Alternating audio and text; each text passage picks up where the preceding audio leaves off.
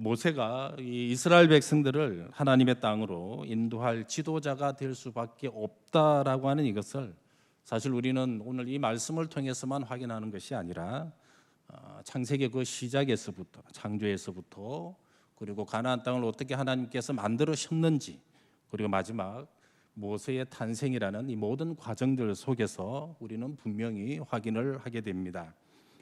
하나님은 천지를 창조하신 후에 그 모든 것을 보시기에 좋았다라고 그렇게 말씀을 하셨습니다.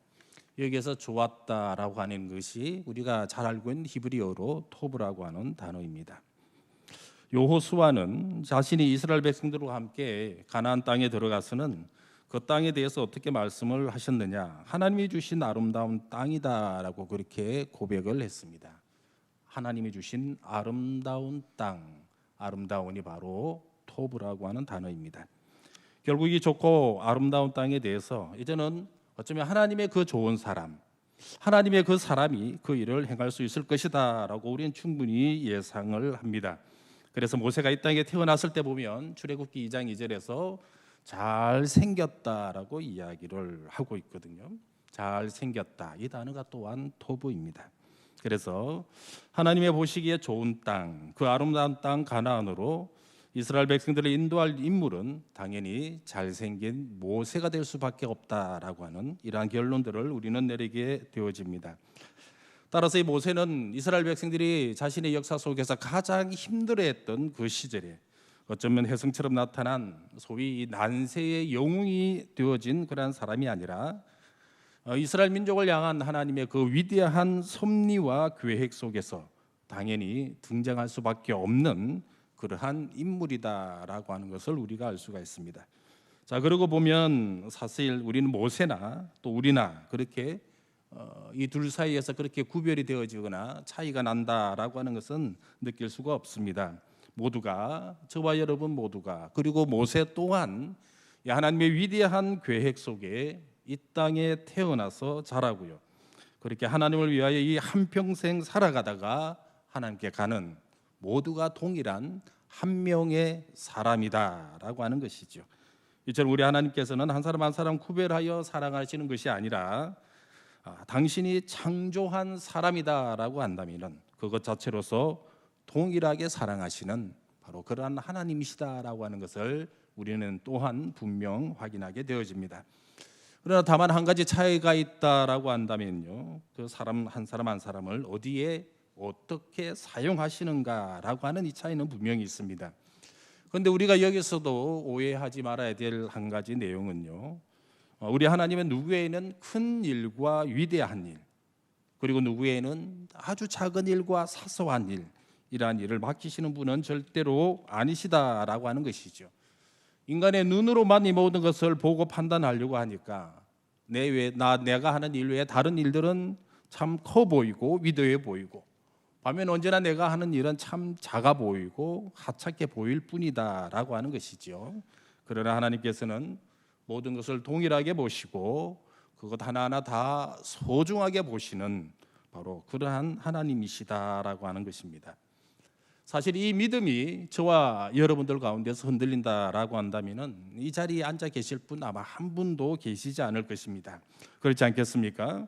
이 같은 공간에 있다 보면요, 언제나 옆자리 사람들이 내 눈에 들어오기 마련이고 그 사람과 함께 나 자신을 비교하게 된다라고 하는 것이죠.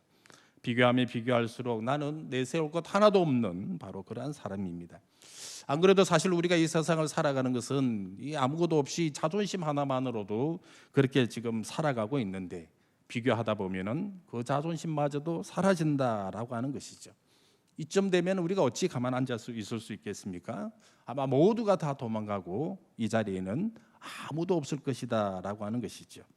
그러나 우리 하나님께서는요, 이렇듯 우리 한 사람 한 사람 분명하게 차별하지 않으시고 또 비교하지 않으시니까 우리 역시도 지금 이 자리에 와서 이렇게 담대하게 앉아 있을 것이고 또 이렇게 기도하며 예배할 수 있다라고 하는 것입니다. 자, 그런 의미에서 이번 시간에는요, 이 모세를 부르시는 그러한 하나님을 우리가 다 같이 한번 생각을 해보고자 합니다.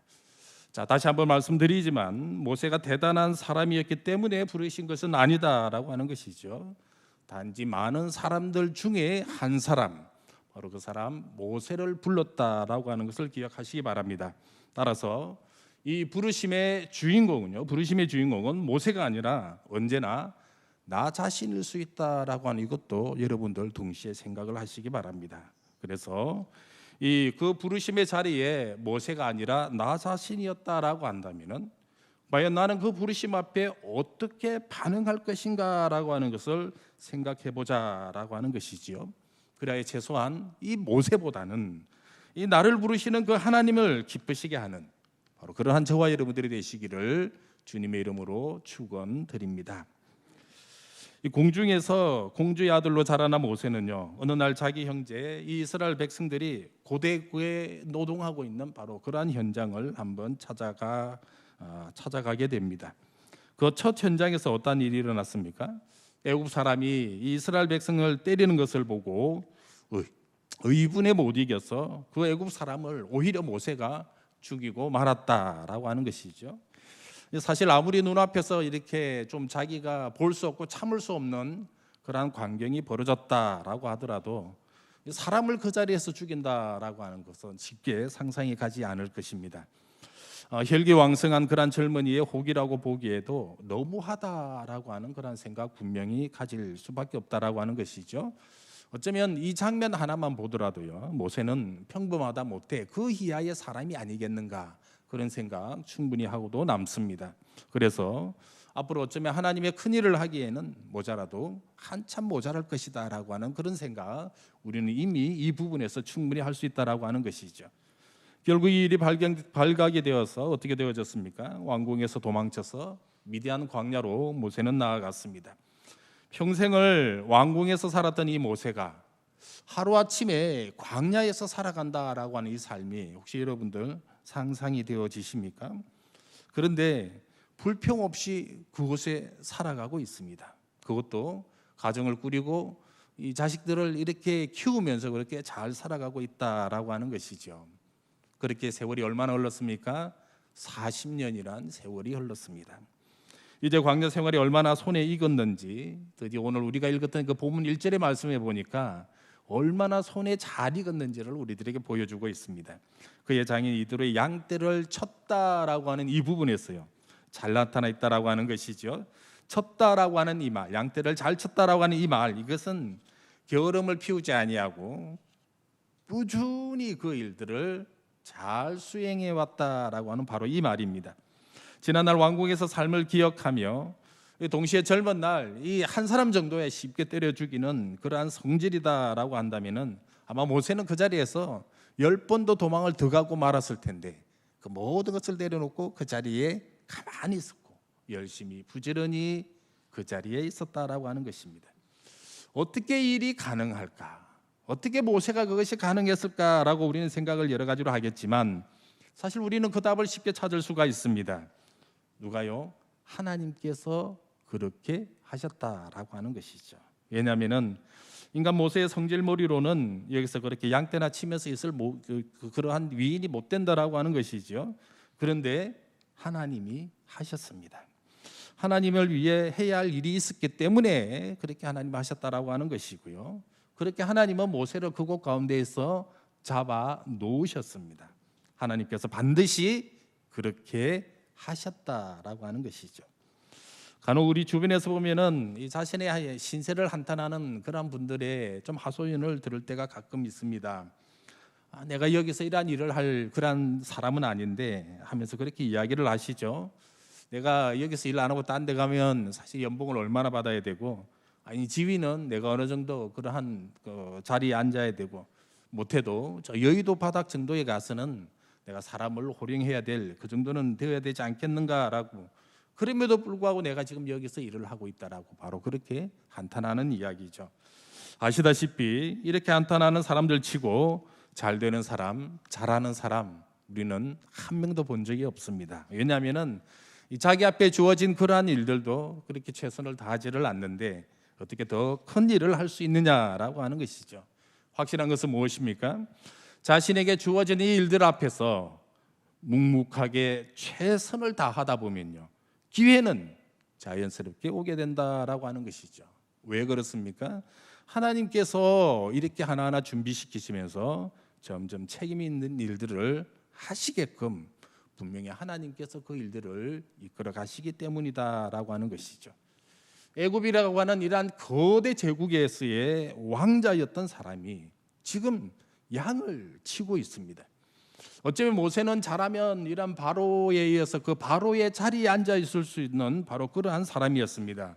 그런데 그 사람이 사람을 어떻게 다스리고 치고 있는 것이 아니라 들에 있는 양떼를 치고 있다라고 하는 것이죠. 그런데 중요한 게 뭡니까? 아무 불평이 없다라고 하는 것이에요. 그리고 원망도 없다. 정작 중요한 것은 그런 모세를 보시고 하나님은 이 모세를 직접 찾아가셨다라고 하는 이 부분들 우리가 한번 기억을 해보시기 바랍니다. 2절 말씀이죠. 하나님은 호렙산 떨기나무 가운 불꽃 안에서 나타나셨다라고 기록을 했습니다. 사실 우리는 이러한 말씀들을 볼 때마다 그렇게 감흥이 오지를 않습니다. 왜냐하면은 하나님은 항상 그렇게 나타나시는가 보다라고 하는 생각들이 우리는 언제나 앞서고 있죠. 신기하고도 이상하고도 항상 그렇게 하나님께서는 우리 인간들에게 나타나신다라고 하는 그러한 생각들 때문입니다. 아니 분명 하나님께서는 앞으로도 우리 인간들에게는 그렇게 나타나실 것 아니겠느냐라고 하는 것이지요. 그런데 혹시 이 장면을 보고 이런 생각도 한번 해보셨는지 모르겠습니다.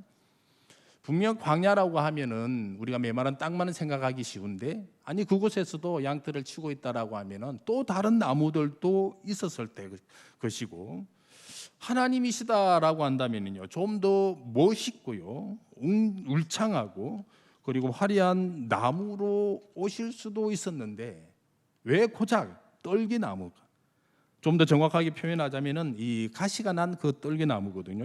이 떨기나무에서 나오셨을까라고 하는 바로 그러한 생각들 말입니다. 곰곰이 생각해 보면 아마 이것도 이 예수님께서 왕궁이 아닌 마구간에 나오셔서 그렇게 태어나신 것처럼 그렇게 우리들에게 또는 모세에게 겸손하게 보이시려고 그러신 것은 아닐까라고 하는 이런 생각 정도는 한번 좀 해보셨을 것이라 봅니다. 하지만 사실 이러한 생각들은 모두가 다 틀렸습니다. 왜 그렇습니까? 가시떨기나무 그 자체가 바로 하나님을 상징을 하고 있기 때문입니다.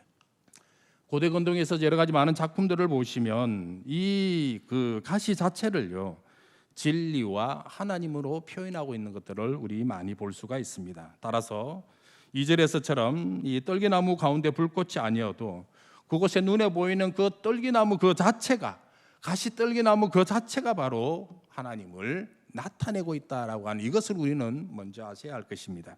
그러고 보면 이 예수님께서 십자가에 달리실 때에 왜 가시관을 쓰셨을까라고 하는 것도 우리가 충분히 생각이 되어집니다. 단순히 고통을 주기 위한 그러한 가시관은 아니었다라고 하는 것이죠. 사람들은 어쩌면 그 예수님에 대하여 가시관을 씌우고 조롱거리로 그네들이 삼았을지 모르겠지만 우리가 볼 때는요 가시관이라고 하는 가시라고 하는 그것을 통해서 이미 거기에 모였던 그 다 많은 사람들은 다 그 예수님을 하나님으로 인정했다라고 하는 바로 그러한 귀한 장면이 된다라고 하는 것이죠. 이처럼 가시떨기나무 불꽃 가운데서 하나님은 나타나셔서 모세에게 말씀하십니다. 아니 거창하게 가시떨기나무 불꽃 가운데라 말할 것도 없죠. 간단하게 이야기를 해보자면은 하나님께서 인간에게 직접 찾아오셔서 무엇인가 말씀하고 계시다는 거예요. 하나님께서 인간 앞에 직접 오셔서 당신의 그 무엇을 보여주고 계시다라고 하는 것입니다. 아니 얼마나 위대하고 거대하고 대단한 일이시길래 하나님께서 직접 이렇게 움직이실까? 하나님께서 직접 찾아오셨을까 궁금해집니다. 얼핏 보면 하나님께서 정말 이 큰 일, 위대한 일, 대단한 일을 이제 모세에게 맡기시려나 보다 그렇게 생각을 하시죠. 그러나 자세히 보시면요 그렇지 않습니다.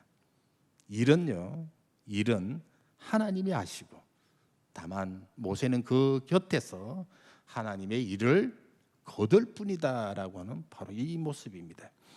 우리 생각에 우리가 하나님의 일을 맡아서 하는 것으로 생각을 하고 있는데요 사실 이것은 우리의 착각이었다라고 하는 것을 알게 합니다. 일은 항상 하나님께서 하셨습니다. 그럼 우리는 여태 무엇을 했습니까? 하나님이 일하시는 그 옆에서 그 이루심을 보고 있었다라고 하는 것이고, 아니면 하나님께서 일하실 때 우리는 단지 그 하나님의 위대한 일 앞에 작은 도구로 쓰임 받았다라고 하는 이 사실 우리는 기억을 해야 합니다. 이것을 제대로 깨닫지 못하니까 어떠한 일들이 생겼습니까? 이 자그마한 이러한 일들을 마치고 나면 그때부터 우리 인간들은 아주 교만해지기 시작한다라고 하는 것이지요. 아무도 할 수 없었던 일을 내가 했다라고, 나 아니면 아무도 할 수 없었다라고 이렇게 자랑하며 다닌다라고 하는 것이죠. 그렇게 유세를 떨며 사실 우리는 오늘까지 살아왔다고 하더라도 거짓말이 아닐 것입니다. 그러나 오늘 말씀을 저와 여러분들은 좀 다시 한번 자세히 보기를 원합니다. 애굽에 이렇게 요셉과 친하지 않은 왕이 들어선 이후로 야곱의 자손들은 본격적으로 애굽의 노예가 되어서 그네들은 살아갔습니다. 그야말로 이 말씀을 보면 어떤 일이 있습니까? 이 인간들이요, 사막에 샘을 내고 길을 만드는, 어쩜 우리가 찬양 가운데 하나님께서 하신다고 했던 그 일들을 인간이 하려고 하는 그 일 속에 신도시를 건설하는 데에 이 사람들이 투입되었다라고 하는 것이죠. 그렇게 세월이 흘러서 여러 왕이 바뀌어도 이 이스라엘 민족을 향한 이 애굽의 정책은 전혀 변한 게 없었고 오히려 더 힘들게 이네들은 살아갔습니다. 그야말로 사막 한가운데 거대한 신도시를 만들어 갔다라고 하는 것이죠. 그 과정 속에서 오죽했으면 이스라엘 백성들이 이제는 하나님께 어떻게 했습니까? 드디어 이제는 참자 더 이상 참지 못하겠다고, 이제는 우리가 더 이렇게 했다가는 죽을 것 같다고 하나님께서 여기서부터 우리를 좀 구원해 달라라고 그렇게 부르짖는 장면도 우리는 출애굽기 2장에서 충분히 발견을 했습니다. 그런데 하나님께서는 이러한 탄식을 들으시고요, 어떻게 하셨습니까? 구원의 일을, 하나님께서 그 구원의 일을 시작해 가셨다라고 하는 것이죠.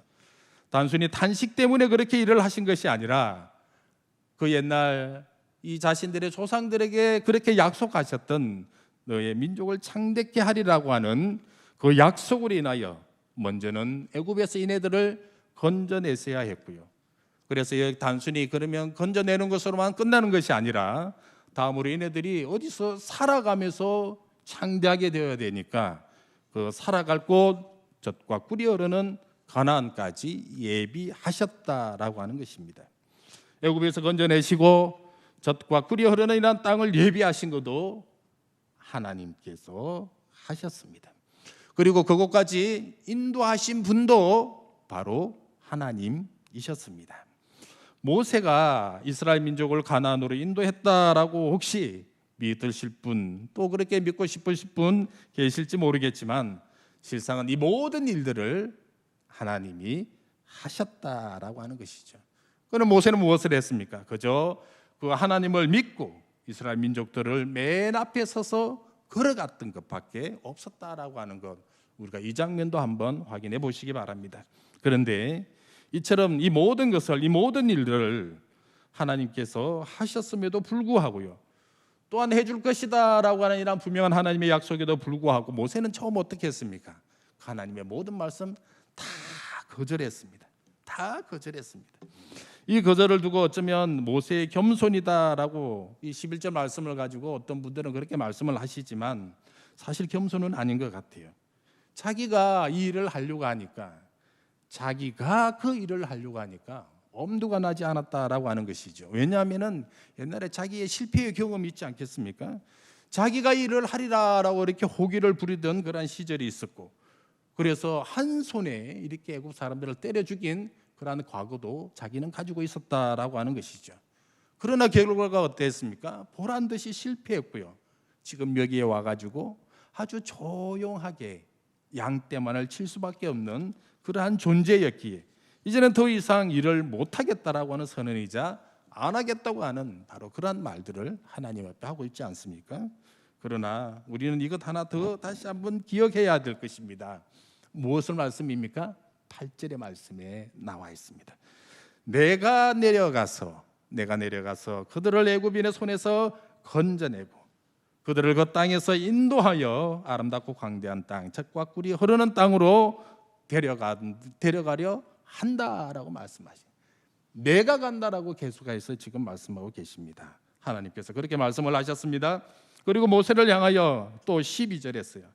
내가 반드시 너와 함께 있으리라. 내가 너와 함께 있으리라 라고 하나님께서 분명히 말씀을 하셨다라고 하는 것이죠. 하나님과 교회의 일을 이제 하려고 하니까 사실 두려운 것도 사실입니다. 2022년 한 해를 보내고 2023년 새해가 시작이 되어지면 분명히 무엇인가 이제는 새로운 분위기가 이끌어질 것이고, 이제는 무엇인가 어떤 일을 해야 될 것이고 그렇게 나아갈 것인데, 먼저 2023년 맞는 것조차가 우리들에게 있어서 부담이 되어집니다. 교회에서 어떤 봉사의 일을 할까, 어떠한 부서에서 어떤 일들을 여러 가지를 할까라고 생각할 때마다 먼저 부담이 드는 것도 사실입니다. 내가 내 자신을 잘 알기에 나는 못한다라고 교회에서 여러 가지 것들로 성도 한 사람 한 사람에게 이 일을 좀 해달라고 이렇게 부탁을 하면 우리는 내 자신을 너무나 잘 알기 때문에 나는 절대로 못한다라고 바로 조금 전까지도 우리가 그렇게 대답하며 살아오지 않았느냐라고 하는 것이죠. 그런데 분명히 다시 한번 기억하시길 바랍니다. 내가 그 일을 하는 것이 아니다라고 하는 것이죠. 왜 그 일을 내가 하려고 하십니까? 오늘 말씀을 가운데서도 보면 하나님께서 너가 가서 그 일을 하고 너가 가서 책임지고 하라라고 하는 그런 말씀 절대로 하지 않으셨다라고 하는, 이것을 우리는 분명히 기억하셔야 됩니다. 내가 하겠다? 아니, 절대로 할 수도 없습니다. 누가 하십니까? 하나님이 하십니다. 다만 나는 하나님께서 하시는 그 일 옆에서 사실 있었을 뿐이다라고 하는 것이죠. 어쩌면 우리 자신들은요, 하나님이 일하시는 그 장면 속에서 옆에 서 있는 것조차도 우리들에게서 너무나 두렵고 떨리는 나머지 그것도 못하겠다라고 말씀하시니까 하나님은 무엇이라고 이야기를 하고 계십니까? 그때에도 내가 너와 함께 하겠다라고 말씀을 하시는 거예요. 서 있지도 못하는 우리의 이러한 이 아주 이기적이고 어쩌면 모든 일에 대하여 이렇게 소극적인 우리 자신들을 향하여 서 있는 너에게도 내가 함께 하시겠다라고 하나님께서 약속의 말씀으로 주셨다라고 하는 것이죠. 우리는 코로나 3년이라고 하는 이러한 시간들을 보냈습니다. 기억해 보시면 아시겠지만 우리는 그동안에 무엇을 하려고 해도 아무것도 할 수 없는 그러한 세월이 1년도 아니고 2년도 아니고 무려 3년의 시간들을 보내왔습니다. 여기저기서 우리의 모든 것이 무너졌다고 그렇게 아우성을 우리는 날마다 들으며 그렇게 살아가고 있습니다. 더 안타까운 사연은 무엇입니까? 그것 가운데 우리의 신앙마저도 무너졌다라고 하는 이런 안타까운 소식들, 저와 여러분들이 듣는 것을 넘어서서 실제로 실감하며 지금 이렇게 살아가고 있지 않습니까? 그러나 우리가 몸소 느끼는 바이지만 코로나 위협이 그 마지막에 달했습니다. 그래서 우리는 이제 코로나에 더 눌리지 않는 그러한 내년을 위하여, 새로운 2023년을 위하여 새해 준비 기도회로 모였습니다. 그런데 오해하지는 마십시오. 그동안 할 수 없었기 때문에 이제 우리가 기지개를 한번 펴고 일을 한번 시작해 볼까라고 하는 심정에서 이 기도회로 모인 것은 아니다라고 하는 것이죠. 무엇을 말씀드립니까? 우리에게 새 일을 행하시겠다라고 하는 그 하나님을 향한 그 소망 때문에, 하나님께서 일을 하시겠다라고 했기 때문에 그 소망 때문에 지금 저와 여러분들은 이 자리에 모였다라고 하는 것이죠. 하나님께서 우리들에게 어떻게 약속하셨습니까? 반드시 이루겠다라고 하는 그 약속, 바로 그 약속의 소망 때문에 저희들 이 자리에 모여서 기도하고 있다라고 하는 이 중요한 사실입니다. 사실 오늘로서 이 공식적인 새해 준비 기도회는 끝이 납니다. 그러나 기도회는 끝이 나지만요, 그렇다고 해서 우리의 기도는 멈출 수도 없고 끝날 수도 없다라고 하는 것이죠. 이 기도의 끝에서부터 이제는 우리의 하나님께서 일하시기 시작할 것이다라고 하는 것이죠. 하나님이 이제 지금부터 일을 해 나갈 것이다라고 하는 것입니다. 바로 그 하나님의 일하심을 이제 우리 눈으로 확인해야 될 것입니다. 반드시 행하시는 하나님의 그 일을, 그 영광의 날을 우리의 눈으로 목격하는 뿐만 아니라 그 곁에서 하나님의 귀한 사역을 도우며 나아가는 그러한 저와 여러분들과 교회가 되시기를 주님의 이름으로 축원드립니다. 주신 말씀 생각하시면서 오늘 다 같이 합심하여 기도하도록 하시겠습니다. 하나님이 일하실 것을 믿는 그러한 담대한 성도가 되게 해달라고 기도하시기 바랍니다. 새 준비 기도회가 이 신앙의 소망을 이루어가는 그러한 기도로 이어질 수 있도록 오늘로서 새 준비 기도회가 끝이 나는 것이 아니라 계속적으로 이어가는 그러한 기도가 될 수 있도록, 기도회가 될 수 있도록 기도해 주시기 바랍니다. 하나님이 일하심의 영광의 자리에 참여하는 우리 자신들 되게 해달라고 기도하시기 바랍니다. 2023년 이 새로운 한 해도 하나님께서 일하시니까 교회 역시도 그 하나님과 함께 더불어 일을 할 수 있는 그런 교회가 되게 해달라고 기도하시고요. 마지막 기도 제목 하나 더 남아있죠. 여러분들 마음에 가지고 있는 이런 간절한 기도의 제목들, 이 아침에 이 자리에서 또는 각자의 처소에서 하나도 남김없이 다 되시고 오늘 하루도 주님과 함께 시작하시기 바랍니다. 기도하시겠습니다.